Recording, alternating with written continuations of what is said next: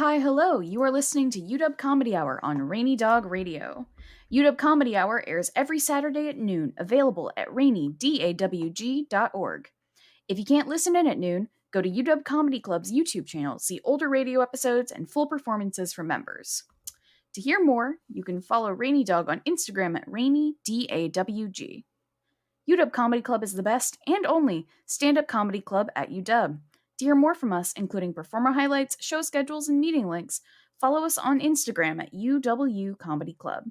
We have meetings every Wednesday at 6:30, where there is absolutely no experience required. So jump into the sea, get swallowed whole by a whale, and come join in.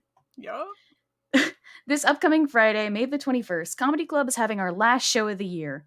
And here today, in the Not Studio to talk about it, we have the Judas, the Brutus, the trombone gunning for the comedy throne, Jane.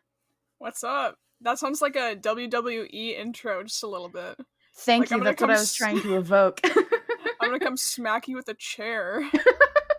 I was seeing you zip line in, maybe you're playing the trombone. Well, this kind of relates to something we talked about last quarter when I was hosting and had you on. But I just recently watched the AP Bio episode that was centered around wrestling. And I gotta say, I can dig the costumes with WWE. It's got just the right amount of theater in it. Yeah. So all pageantry. Yeah, I'm all for it. I love the intro. Are you performing in the upcoming show this Friday the 21st at 6:30? I'm winking, and I have to tell people I'm winking because this is an audio media. Yeah, I appreciate that you're narrating your own actions. Well, since this is peering or pulling back the curtain a little bit for the listeners. We've recorded this. Babe. We've recorded this enough ahead of time that honestly, who knows? Because I didn't perform in the last show, and I am not performing in the show that will have just happened when this airs. But I had a 5-show streak going, and I might try to bring it back. I've hit sort of a writing slump, as I think a lot of us have. I'm definitely trying to get back into it. It's hard to get excited to perform a PowerPoint. And while I think there are some very good, funny PowerPoint presentations, I don't like making PowerPoint presentations.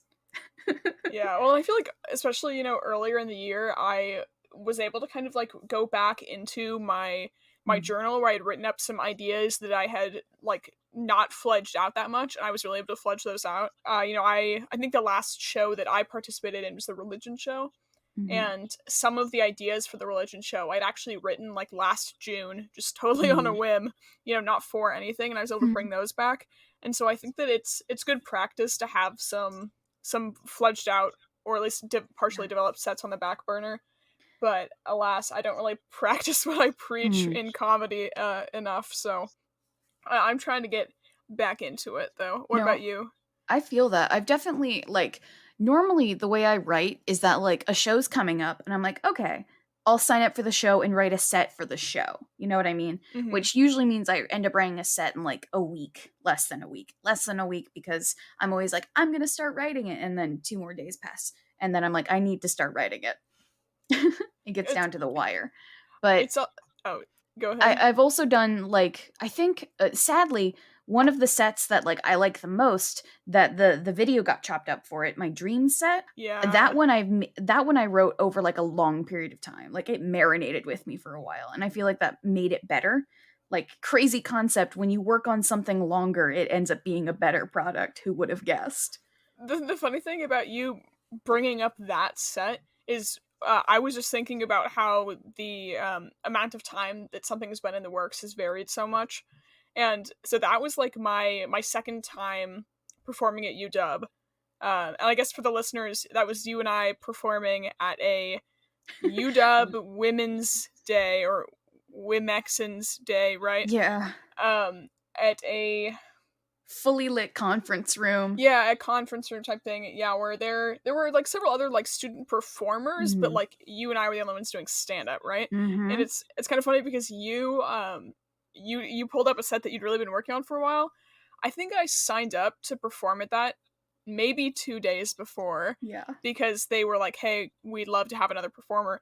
and I think that I started writing my set the day before. I stayed up till 2 a.m. and I think I FaceTimed my mom at like 1:30, and my mom was like my critic. I was like, okay, is this funny? So it was like, 1:30 in the morning, I was in the lobby of my dorm building being like, is this any good? And so that definitely was very down to the wire, and it ended up going pretty well. But the set I'd done before that was one where I had been working on it for weeks. I had been rehearsing it, like I'd really been getting it down pat for weeks. So going from a several week, very fledged out show to like a, I wrote this really late at night on FaceTime with my mom was definitely a big change. But yeah, I think they both went well. Different. Like, I know personally for me, like the last few shows I've had, not to fully rip the curtain away, I've had the Google Doc with my show written on it on the screen as I'm performing, just as like the ultimate crutch. Because like I never used to perform like with notes, or I'd have like I'd memorize my sets and just have like key phrases, church camp, zaddy, that kind of stuff. Yeah. But it's hard to want to work to perform online. Yeah, no, I'm with you there, where I'd performed at one live like UW comedy show. I'd performed at that event, and so both of those really required me to like have my stuff down, especially the first show. It was the Valentine's Day show, one night stand up last year, and I was like super nervous, and so I actually would like videotape myself on my phone performing it so I could listen back and hear how stuff hit. And I have just like so many videos over the course of like a couple of weeks really of me just doing the same set over and over again, especially because with the live shows, those were so time restricted. Because on Zoom shows, like they say 5-minute set. I think my longest one went like 9 minutes, and it was fine. But in-person live shows, those are really tight, and so I had to take this set and really cut the fat from it. But I do think that was kind of a good like first dive into like doing more organized stand-up, because it really did force me to be like, okay, is this actually funny?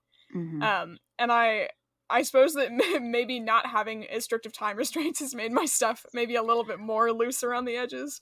Yeah, it's loose textured, and I'm editing what I've said previously. I'm not saying that short set timing, like having a short turnaround, makes a set bad. I'm saying like the feeling of performing it feels different. Oh yeah. Like there's a difference between like knowing the words you want to say and like knowing how you want to deliver them. Like knowing how they land, like where to pause super well. If you're performing in person, like what to be doing with your body, like what to inflect on. That's something I need to work on myself.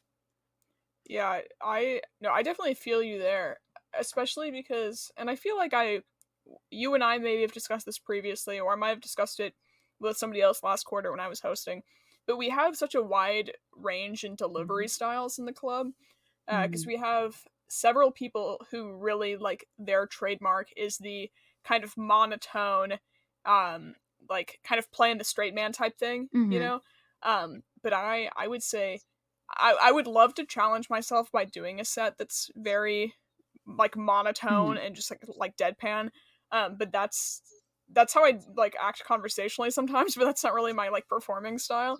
And so for me, definitely a lot of it is I try to be very deliberate with my word choice and also the delivery. But yeah, with the Zoom shows, having that sort of delivery is a little bit different, because like you can't really feed off people in the same way.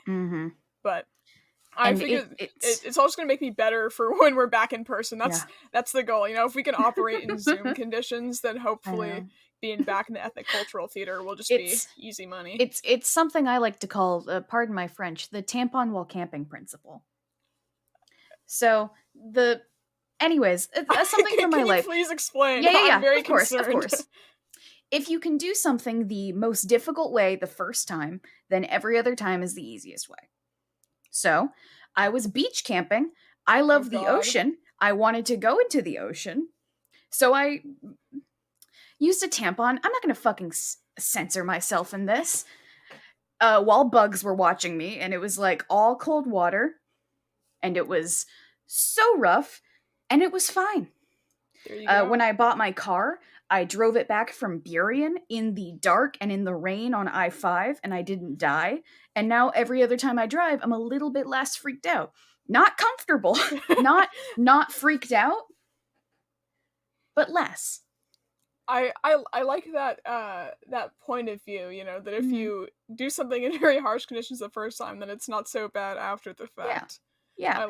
I like that. Mhm. I don't know if I like the you just out of nowhere just hit me with a tampon while camping thing. I need a moment to like prepare for that.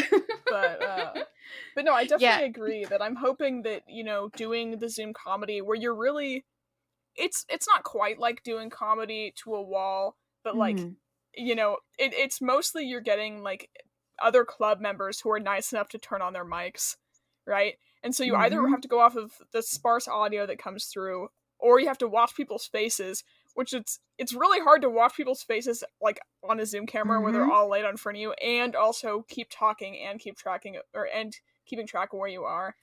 And also there's so much to say for like the different environment. Like they always say that like you shouldn't study where you sleep, you shouldn't eat in bed, you shouldn't like study in bed, and it's because like it primes you to feel a certain way. Not having a crowd there, just talking out loud, just by myself in a room where like the energy isn't there, it's fully lit, it hits different, and it's like it's also more difficult to like actually make material and feel like you have good material because there's so little like outside input coming in. Yeah. Well, and I'd also like you're say just that stewing. Yeah, and I think that to a certain degree, like nerves are helpful to an extent, right? Because, you know, I mean I'm not gonna lie, like I still obviously with the Zoom shows put in a lot of work. I'm generally very proud of what I put out, and I do spend a lot of time, you know, editing and tweaking phrasing and rehearsing and stuff. But it's still just not the same as doing it in person, and so I think that having that like nervous, oh, you can't really have like the crutch of having Zoom backgrounds or having a Google Doc open, like that sort of in-person thing definitely keeps you a little bit more honest and on your toes. And so point is, I'm just excited for the return of in-person stuff. let's go to a more positive light. What do you think's been your favorite show so far? Like either your own performance, someone else's, the theme, whatever. Yeah, so well, I guess first of all, I'm all for themed shows. Like sometimes as a performer, they can be kind of challenging if you like want to perform, but you don't necessarily have something already for that theme. But I really like the theme shows because it's kind of fun to see how different people approach the same thing. You know, I'd say that I'm torn between two different shows. I think for my answer to your question. I performed in the Valentine's Day show last year, One Night Stand Up. Such a good show. And that was it was an in-person show because it was like last February, you know, pre-COVID by really just a couple of weeks. And yeah, so it was in person. It was my first show at UW. That was the show where I'd really like spent weeks assembling stuff and like editing, and so I loved that. And that was obviously a themed show, and so it was a lot of, you know, different people's takes on like relationships and stuff like that. So that was really fun. I think I remember for that show, didn't you bring like a cloud of people with you? I remember that was such a good crowd. I did, yeah. We had a good crowd. I've got some very lovely, supportive, patient friends, and I brought like a row of. I think I had like a row of people, yeah. And it was actually kind of fun because at one point I called out one of my friends in the set, and he was in the audience, and so it was really fun to watch, you know, like my friends' faces responding to this content, especially because they were very familiar with what I was doing my set about. Oh, that's a nightmare. That's the scariest thing ever. That's the worst thing. Well, no, I gotta say, like, hats off to my friends. They really showed out for me, so that was very nice. And so part of me is biased towards that because it was actually in person. But I'd say that and the religion show. Which one? Well, I performed in the religion show this year. I just watched the one last year because I had like just started coming to meetings. I think I'd been to like one or two before the show happened. But religion show is kind of fun because we have so many people from with like slightly different religious backgrounds in the club, and so it's really funny to hear different people's approaches to religion, religious upbringings Mm. like that. And even within different religions or different like denominations within a religion, people have such different yet similar Mm-hmm. experiences, and so that's really fun. And that There's was like a also core something that of like relatable things with it. yeah, exactly, because like every religion I feel like has some like hallmarks that you can Mm-hmm. deeply relate to, and so that was quite fun. And that was also one where I started off talking about religion and I went deep down an astrology rabbit hole, and so it was just like the religion show. It's very silly yet I think very Mm-hmm. honest for a lot of people, and so it just speaks to me. Because I think we have it's really easy to make not funny jokes about religion. It's really Mm-hmm. easy to make like Mormons, multiple wives. Like there really does come a point where like a joke said so often where like it's just like boring, which is kind of the worst thing it can be. Mm-hmm. But we have such a good like collection of performers who like don't take it in that route. Yeah, Like your definitely. astrology one, it was it was peak, it was key, it was so good. And I'm not just saying that because there's a picture of me in it. And That's if how I you win want to people see that over. show, you should go to the UW YouTube channel where all of those videos are posted. It's a Yeah, really good no, time. the yeah, religion show was a lot of fun because yeah, I know I got to talk a lot about like my own experiences, and then I Mm-hmm. also yeah, I brought in astrology, which was just kind of goofy, and as you kind of mentioned, I wouldn't say I made some jabs at club members, but I made some jokes related to some club members, like some of the other club leaders, and so yeah, that Jane was a good said one. some truly hurtful things that day, and this whole radio show is just a long con for me to get her and confront her in public about it. Yeah, it's just another step in the comedy coup. So The long running comedy coup of Jane taking over with props and the other trombones. And I'm able to say this because the other two treasonous trombones have their episodes before you. oh yeah, there we go. I'm glad to hear it. Yeah, there's a weirdly strong trombone force in comedy club. I wouldn't have Strong expected it. trombones, strong brass. Yeah, I'm all for it, but I definitely, I didn't know when I first started. Although I will say, because of a previous time commitment I had when things were in person, I did actually have to show up to club with a trombone case a lot of weeks, which showing up to the first meeting of the quarter, Mhm. not knowing anybody and having a giant instrument case in hand, that's a pretty humbling experience. Yeah. So I'm impressed that I even came back Yeah, after nothing that. makes you feel like an 80s movie nerd like carrying a huge ass instrument case and a backpack. Like I carried a French horn case around for a long time, Ooh, which is yeah. basically just like a suitcase with a spit instrument in it. Yeah, I gotta say, it is really funny watching in like movies and television. Uh, I will say I see a lot of accurate depictions of band kids. Some of them not as accurate. But yeah, there definitely is something to the having to Yeah. carry like an instrument case that's a little bit too big. Yes. That it's deeply personal. Hmm. I have yet to see a single clarinet player who is also a furry in any band movies. So not correct, Not accurate. not accurate to my experience. I gotta say, and this is kind It's of always a clarinet. this is kind of unrelated, but I watch a lot of movies, I watch a lot of TV, and I feel like you see a lot of depictions of like high school and college and stuff that you're like, that's just not how those things are, Hmm. you know, like so many movies like that. But I gotta say, and I don't think you're gonna appreciate this that much. I feel like so far one of the movies I've seen that I think is most accurately reflecting the college experience is Pitch Perfect. So why would I not appreciate that? What have I made you think? What have I done to make you think I don't like acapella? I don't know. I had a feeling that there are a lot of different tastes in comedy club, and I have a feeling that Pitch Perfect might appeal to me more than it does to a lot of other people. Jane, let me put my whole ass on the table. I was very into Pitch Perfect. Never hit Glee. I watched the like not the Glee reality TV show, but like the other acapella reality TV show. I was deeply in it for quite a while. Like one of my favorite TV shows is Crazy Ex-Girlfriend, and that has a lot of singing in it. I love it. I love it. Yeah, no, I never, yeah, I was never a Glee person either.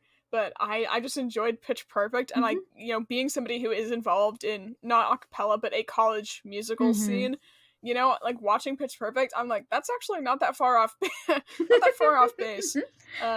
So yeah, I don't remember how that really related in at all, but so far with my college experience, I think Pitch Perfect is probably most on the money, But that might say more about me than it does about college.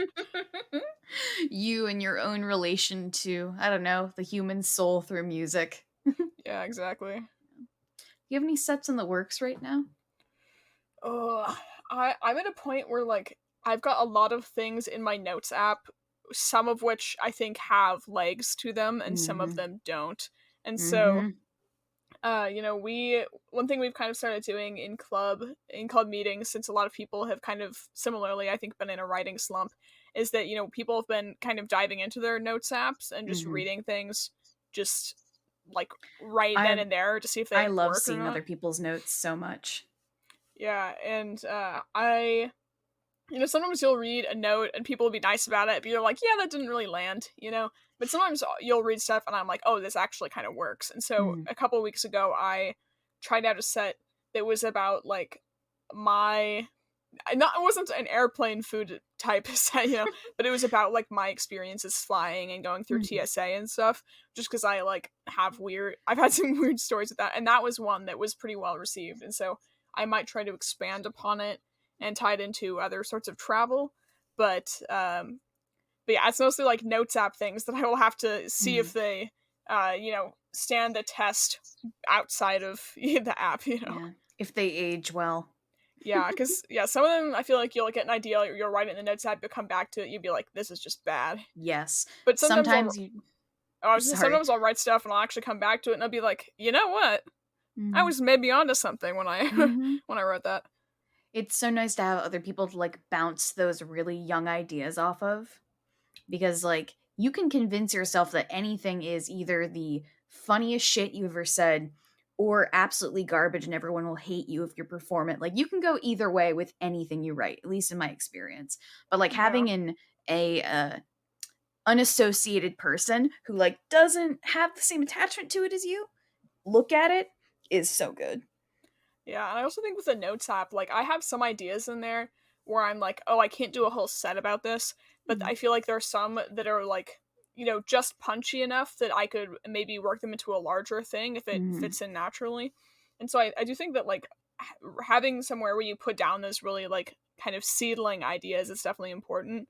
But I generally move to paper when I'm actually writing a set. Mhm. So the big step for me from bringing these to a figment of the notes app to an actual like start on the road to a show would involve really writing them down and taking different colors of pens and making it illegible.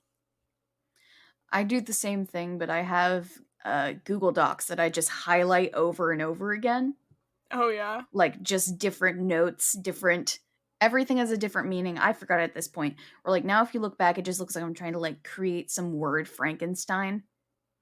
Like it's just Yeah. unintelligible. No, my some of the sets that I've like poured over the most in terms of editing Mhm. have gotten to a point where like if I were to hand the notebook to you and be like, "Hey, read this," like the lines overlap so much and are in such weird spots that like I'm fully convinced that somebody who is not me would not be able to read it, and not just because how my handwriting is, but the fact that the organization is just not there. And so there have been times when I have had to like copy stuff from one page to another just because it got to a point where I'm like, I can't write on this anymore. It's just gonna fall Yep. apart. Yep. All right. Stay tuned because when we get back, Jane and I are going to be playing Did I Do This Thing or Do I Make Good Decisions? That was Business Time by Flight of the Concords. Now, before we broke, I was going to say we are playing Did I Do This or Do I Make Good Decisions? And the other name for it could be Did This Thing Happen to Me or Am I a Human Being and Not a Sitcom Character? But that's a little bit less elegant. I like to think that I am a sitcom character. Like a fully dimensional one, but Yeah, I definitely could see myself in a yeah, sitcom. So yeah, both fleshed out. titles. Okay. Personally, I know I do a lot of dumb things, silly mistakes, just straight up dumb shit. And normally I like to do like say them at the beginning of club to kind of like pop the bubble of talking. Recently, one of them that I think you found pretty funny was that one day in the morning I was in the shower and I was like, huh, my mouth tastes like mouth and not like toothbrush because I didn't brush Minty my teeth fresh. yet. Yeah, so I decided instead of waiting for me to get out of the shower, I would just take a palm full of Dr. Bronner's peppermint soap and swish it around my mouth. And then I put the soap in my mouth, and I don't know what happened. I put the fucking soap in my mouth with something you're not supposed to do, and I swished it around and swallowed some immediately, and then and then immediately just threw up in the shower. Like it wasn't even like the like the little bit of like heaves and then threw up in the shower. It was just soap palm in mouth throw up. Very efficient turnaround. I'd like to say for the people out there that I think this is the third time I've heard this story. It's just so funny to me. Bella is, you know, I would say genuinely a fairly intelligent person. So this, I just love that anecdote so much. So that was not the first time I've heard it several times, but it still gets me. I kind of look forward to doing dumb shit like I don't do it on purpose. I don't mind for content.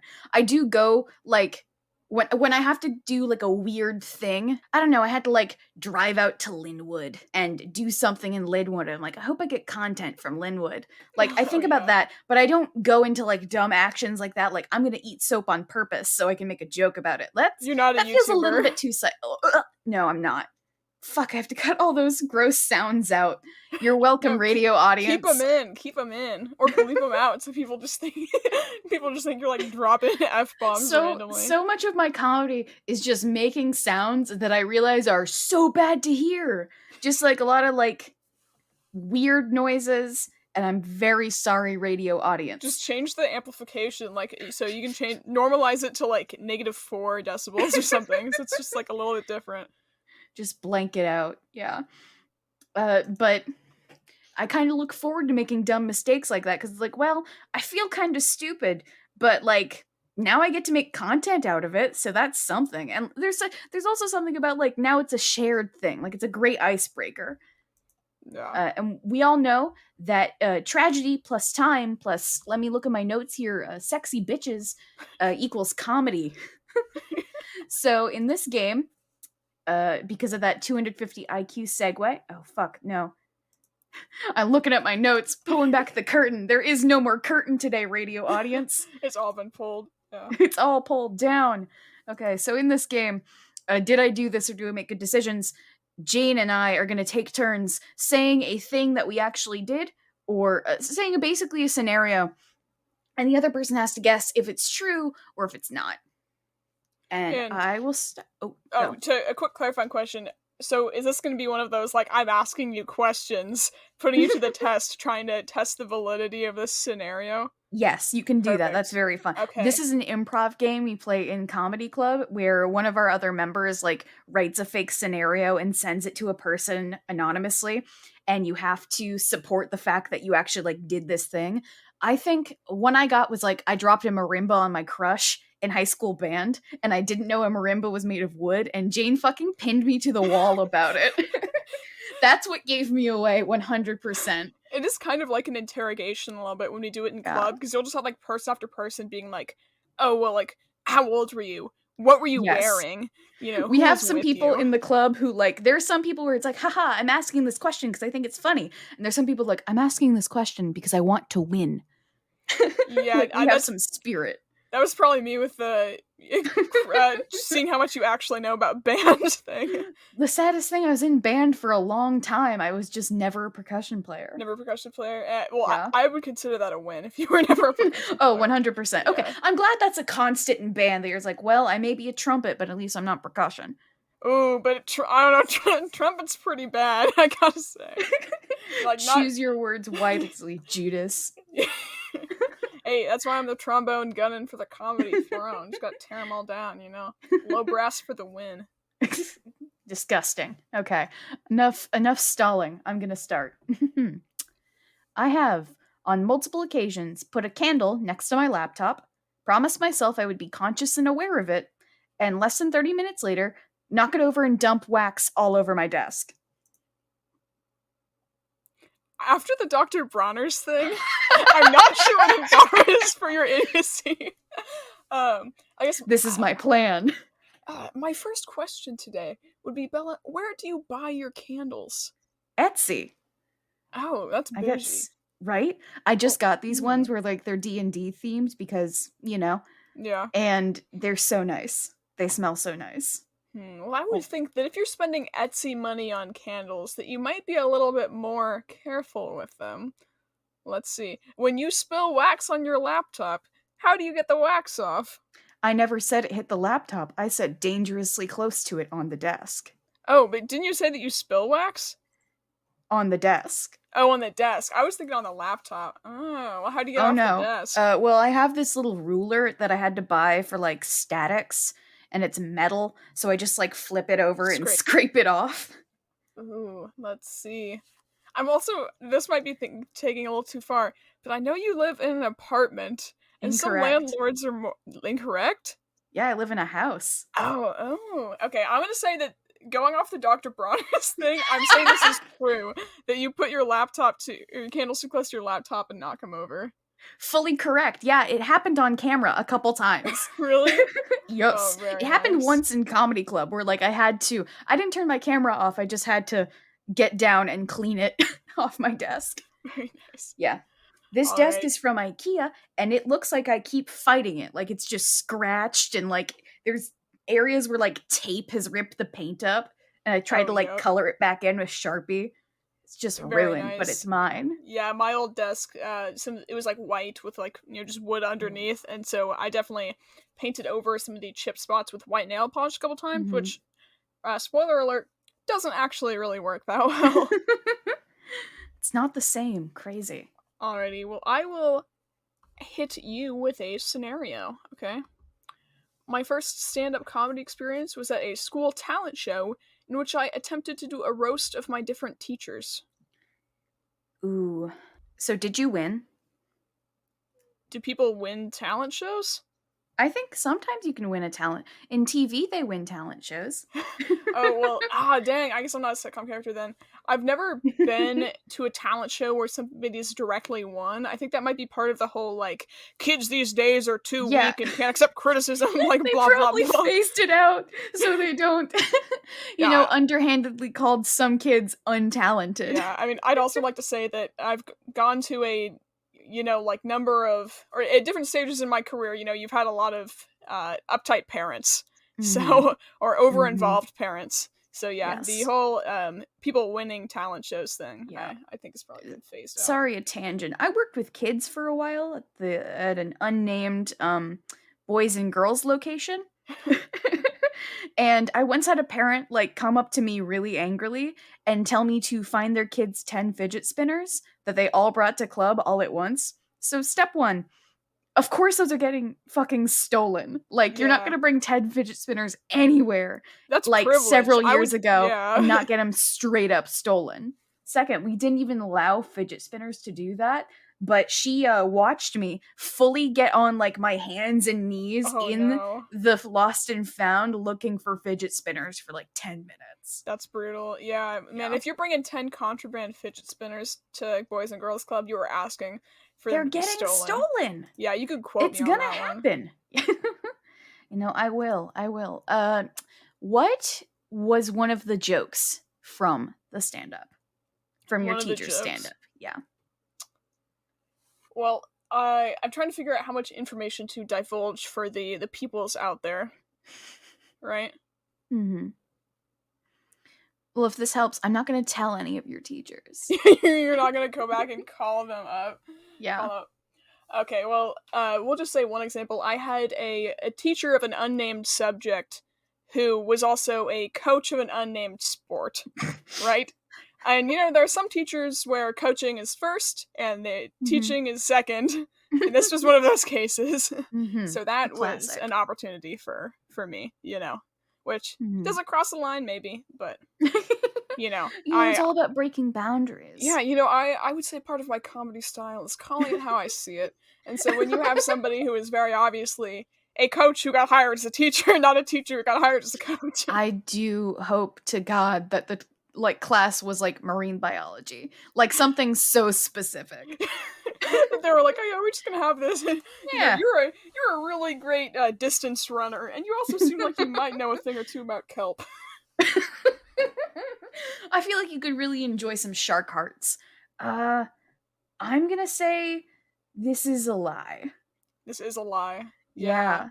No, Yeah, a combination of being extremely vague, and you said in comedy club before, your first stand-up performance was at church. Yeah, I was gonna say that. I was worried that I was gonna give it away, because really with a lot of my little anecdotes that I was trying to think of for this game, I'm like, have I already talked about this in club? I know! But yeah, that's why I could use the soap one. I will say though that like I did have a I like to say that with teachers, I think I'm fairly good at knowing where the bar is, right? Mm-hmm. But I did have a tendency to like poke fun at teachers sometimes, but it was always teachers that would poke fun at me first, right?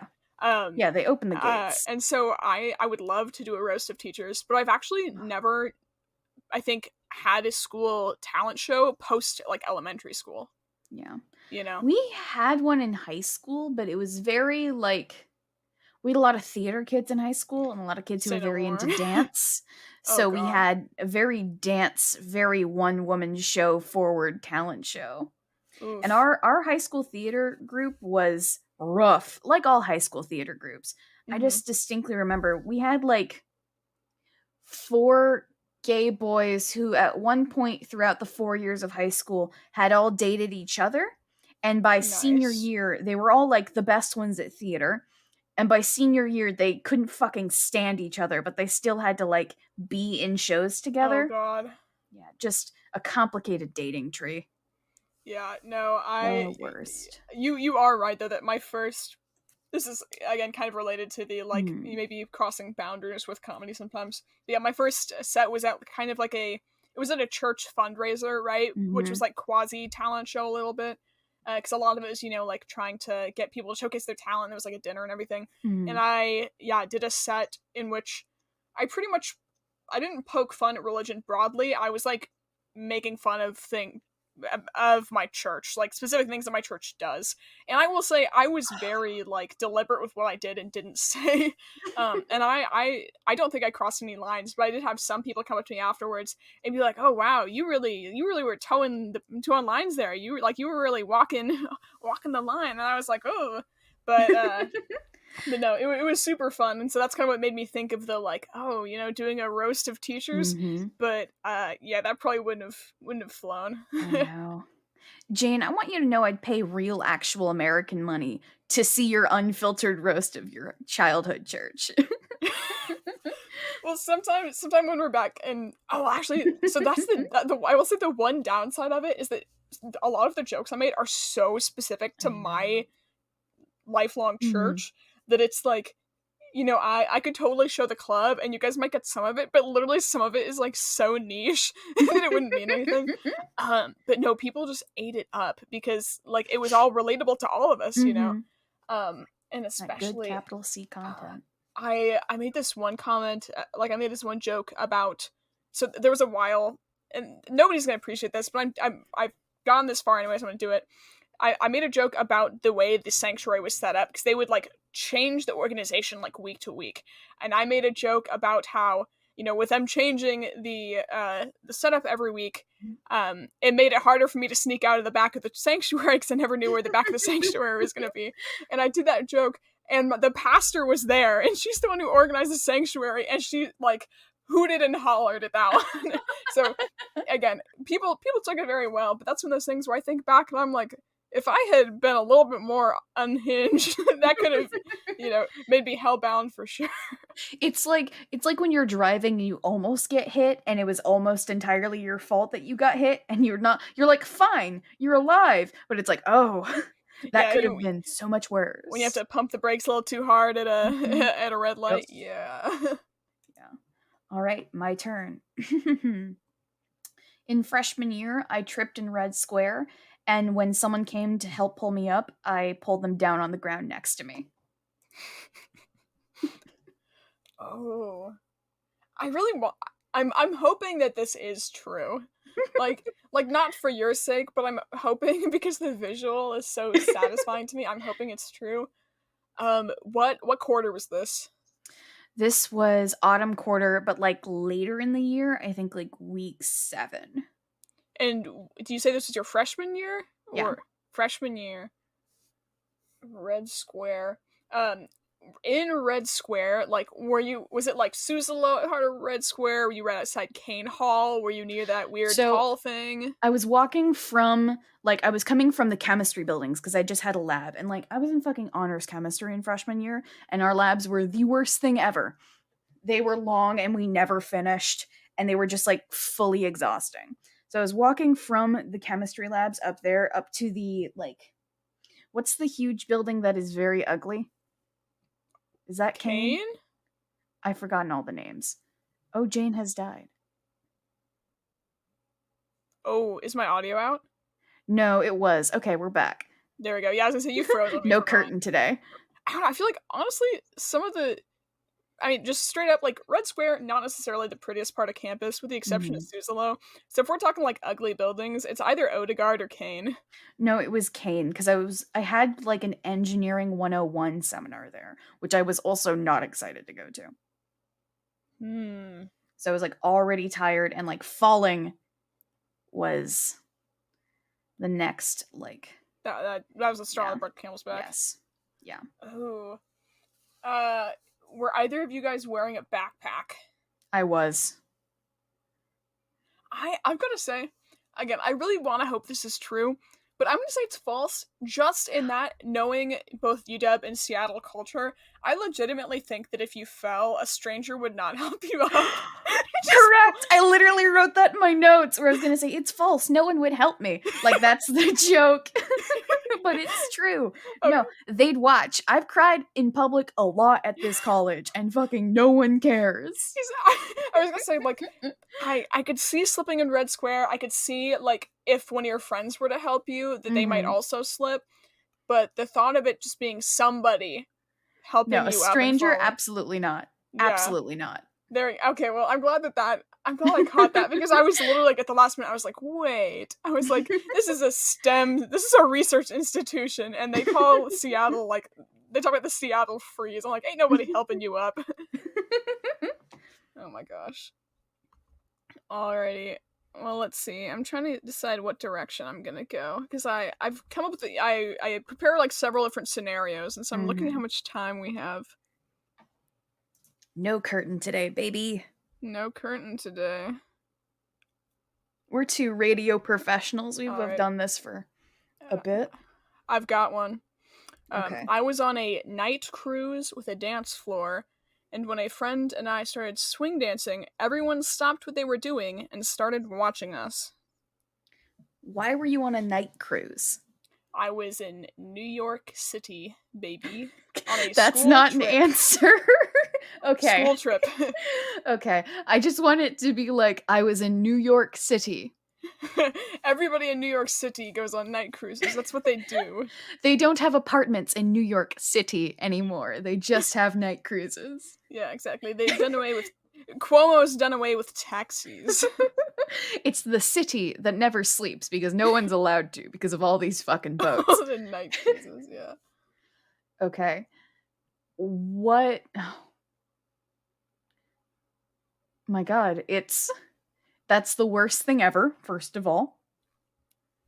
How did you, respond to everyone stopping and watching? Did you just keep dancing? Did you have to bow? Did they clap?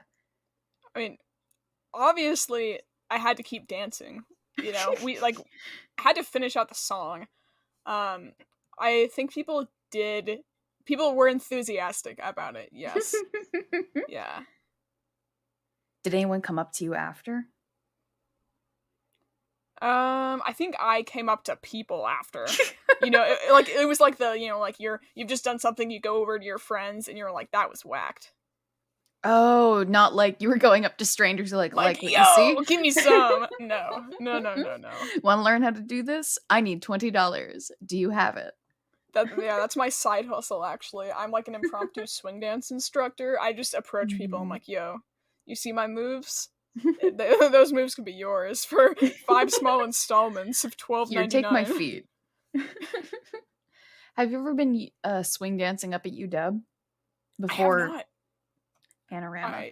Yeah, well, I know. Doesn't Bean swing dance, or am I totally tripping? Bean and Valerie, I think. Okay. Yeah, I know. I think that I Valerie wanted does some other to kind go of to dance. like a swing dancing thing that was happening at UW, but I either had a conflict or I was super sick, which is I guess a conflict. And I would like to say, this was pre-COVID, so Yeah, far not that kind pre-COVID. of sick. Just the regular Yeah. gut sick. No. Because it delights me so much that this scenario happened to you, I want to say it's true. It is indeed true. Oh. Yeah, I was in New York City with my high school band, and we were performing at like a festival, right? And so there were like a lot of high school bands from different states and countries. Actually, there were a bunch of like Welsh boys there, and I remember everybody's quite excited about that. And yeah, like be part of this festival, we were on this like night cruise type thing, which not like overnight, but just like an evening cruise, around like I guess the Hudson, A boat at night. And well, the kind of funny thing is, like, to try to paint this image for you, so it was like a 2-tier boat, like the inner part was, right? And there's like a dance floor in the middle of the boat, but like the second tier, it's like almost like a giant balcony, if that makes sense. So you could see the dance floor from this upper deck, right? Yikes. And so, one of my friends, a fellow trombonist, he actually like would go swing dancing, like that's something he does, right? Have I ever swing danced at that point? I don't know if I'd ever swing danced at that point. Maybe once, right? And he, like, a jazz song came on, and he was like, oh, do you want to swing dance? And so we started doing it, and he was a stellar lead, and I make a pretty good follow, right? I couldn't lead somebody, but I can follow. And so it just kind of, like, worked, and everybody, like, stopped what they were doing from both decks and started watching. And then, I got back to my hotel room that night with the band. I'm, like, looking at Snapchat, and it's just, like, me dancing on everybody's Snapchat stories, which is kind of horrifying in and of itself, but no, it was a lot of fun, and it's entirely true. Yeah, the overlap between, I'm glad that's also a constant too, along with percussion being the absolute worst. The overlap between band kids and kids who are super into swing dancing is very strong. Yeah, well, I will say, I did a lot of jazz music in high school, and so it kind of like fit right in, But yeah, I don't know. I actually will say also, I've got some friends who aren't in band who are big swing dancers, but I have tried to get other people into swing dancing. Like last year pre-COVID, I was really pushing it in my friend group to go to, shoot, I'm blanking what it's called. It's the place right above like Molly Moon's in Capitol Hill. They have like everybody can go like Sunday night swing dance thing. I think I know what you're talking about. Yeah. I can't think of the name of the place, and it's going to kill me. But I was really pushing for everybody to go do that, and people were just kind of like, no. And then COVID hit, and now I can't dance anywhere. So, to all my friends who had supported me at the comedy show last year, they're dead to me. I couldn't swing dance, and now we're in a pandemic. They put you in a corner, baby. All right. Yeah. Up until freshman year of college, I would give restaurants and coffee shops a fake name when they asked for my order, and I forgot that fake name like 2/3 of the time. So they would just have to like look at me real hard as they said the name. Ooh. You said up until your freshman year of college, right? Yeah. Like, I phased it out freshman year. So what changed? So I was told by my parents to give a fake name to protect my privacy. And now you're doing a radio show? And now I'm doing a radio show where I talked about my tampon while camping principle, yes. Ooh. In the first episode of the radio show, I do say my full name the whole time. Yeah. Oh, yep. Let's see. Oh, man. When you go to a coffee shop, what's your go-to order? Black coffee or cold brew. Because, and let me hold on, because I know saying, like, I drink black coffee, that has a bad ring to it. There's a reason I drink black coffee. It's because in high school, I was drinking a lot of coffee with creamer, and I'm like, okay, when I go to college, I'm not going to have a big fridge, and I want to save money. And creamer's the most expensive thing about coffee. So I just want to like train myself to be able to drink coffee without creamer. And it was very bad for a while because it did just taste like ash. Yeah, so you're an like a boot. engineer and you just drink straight black coffee? I look, here's the thing. I love like the weird frappuccinos Starbucks does. My favorite was the Halloween one like 3 years ago where it just tasted like a creamsicle but was purple. That was my favorite one. I like weird shit. It had like not quinoa but like what are the bubble things where you soak them? It's supposed to be like oatmeal. It's a weird like In a drink? yes. It's not boba? It's not boba. Oh, I have no clue what you're talking about at all then. Chia. It was chia. Oh, okay. It had that in it. It was so good. Like weird shit. So like I will do that. And I love a good frap, a good mixed drink, a good mocha. But like if I just want coffee, sometimes you just like want like a plain black coffee. It's my go-to. I'm super torn on this one. Like I think I'm the most torn because on the one hand, your name has sort of an unconventional spelling, which part of me would be like, okay, you might go for a fake name, right? But then the other part of me is like, I might understand why if you're one of those people who's like, yo, can I get like a triple shot, like no foam, blah blah blah, like super long order. I could see why you might go for a fake name. But if you're getting want to hide coffee, my identity. Yeah. I'm gonna just say this one's false. Incorrect. It's fully true. It's fully true? Oh god. It's fully true.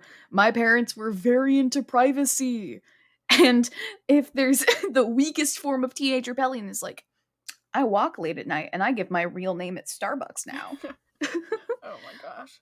Oh, interesting. Yeah, I would I can't imagine a world where I would ever be able to ask for like one of those weird secret menu drinks. Oh because my god. like, no, not at all. No. The way I approach everyone in the service industry is like, you are doing the best you can, and I'm sorry, and I love you, and I'm sorry. Like, that's the whole air I have acting with any cashiers or waiters or baristas. Yeah, no, I've seen those things, like, where people are like, oh, I'm gonna go get this, like, secret menu item, see if it's any good, and they have, like, oh, can I get 3 pumps of toffee and all this stuff, and I'm like, you would never, no offense to people who do that sort of thing, good for you, I'm glad you have the gall to go do that, right? I would never go up to somebody and say with a straight face, like, that long-ass order, right? I feel embarrassed going and be like, hey, can I get a large iced latte with oat milk and vanilla, right? Like, that kills me a little bit inside. Or it's even worse if, like, you're at a restaurant and, like, all the food has, like, goofy names. Like, Red Robin's the fucking worst at this. Like, with their, like, fun, like, kneel down at the table, like, let's have some fun Whiskey River barbecue chicken burger. Like, I hate, if I have to look another human in their eyes and say, like, yeah, I want the mudfuck pie, like, I don't want to say that. Just, I want to point at it, and I'm so sorry. All the time. No, I'm glad that, like, going back to coffee, I'm glad that things like oat milk has become more mainstream. Because I'm one of those people that kind of, like, the verdict is still out on whether or not I'm lactose intolerant, because, like, we're just not sure, and so to play it safe, I always opt for oat milk, or God forbid if some place doesn't have oat milk, I'll go, like, hemp or almond, Uncultured. But I'm all about the creamy texture, so I like oat milk, but yeah, some, particularly, like, the dark brick coffee shops, where you've got, like, the very hipstery baristas, just something about going up and giving, like, a coffee order that's more than, like, 3 words. I don't love it. It's the vibe is like, you're cooler than me, and I also know I want to get out of your presence as soon as possible. Yeah, at least at this point. Oat milk slaps, except when you try and make a croque monsieur with it, which is basically like a fancy grilled cheese with bechamel sauce on it. It tastes so bad. The oats taste sticks. See, the one plus side at this point in quarantine is that I frequent like 4 different coffee shops. I'm not going to admit it. I might have a little bit of a problem at this point. But I think it's gone to the point where, like, people recognize me enough that I go in and they're not shocked by what I order. Like, it's not like they see me and they're like, oh, you want one of these today, right? But it's enough that, like, I can go in there and comfortably, I can look them in the eye and say, oh, can I please get a large iced lavender latte with oat milk? You've built your oat milk rapport. I really Okay. have, yeah. Like, I feel like I honestly, my main cafe, I don't even think I need to say oat milk anymore. I feel like they just like default to it, but I don't want to run that risk, so I have to clarify. No, I feel that. It's such a mess. Like we have I think 3 different kinds of milk in our house right now Mm-hmm. because we essentially just live in a queer commune. So Multi a milk. queer commune with like multiple lactose intolerant people in it. Yeah, my sister also is part of the oat milk bandwagon now.